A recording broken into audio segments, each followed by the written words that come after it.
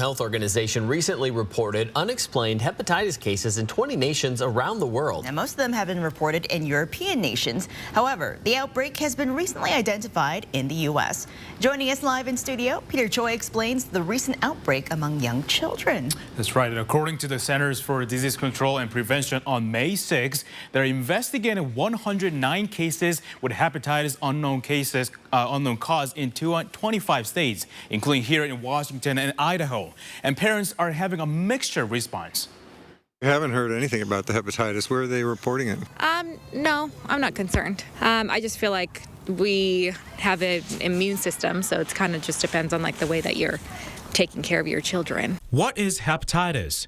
Hepatitis is an inflammation of the liver that is caused by a variety of infectious viruses. Well, statistically, I believe it's more common in adults. However, kids have their own special sets of diseases and that we need to look for. But in recent cases, the cause has been unexplained. Half of kids with hepatitis so far tested positive for so-called adenovirus as the potential cause. But the local doctor in Spokane thinks differently. However, adenovirus is not necessarily the cause of all of these.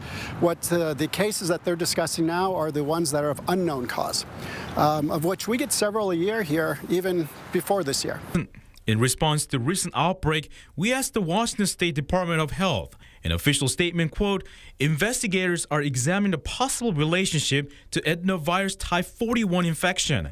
This is an evolving situation, so there's nothing to share yet. We'll provide additional details as they become available.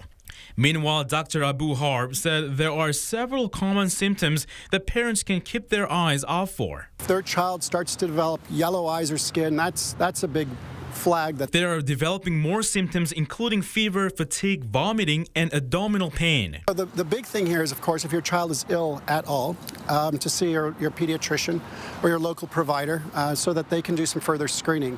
He also added that virus illnesses can potentially cause hepatitis, even the common cold. And Dr. Abou-Harb goes on to say to prevent getting hepatitis in the first place, avoid people who are sick, coughing, sneezing, or getting a vaccine for more known causes of hepatitis. In studio, Peter Choi for News Now. Thank you.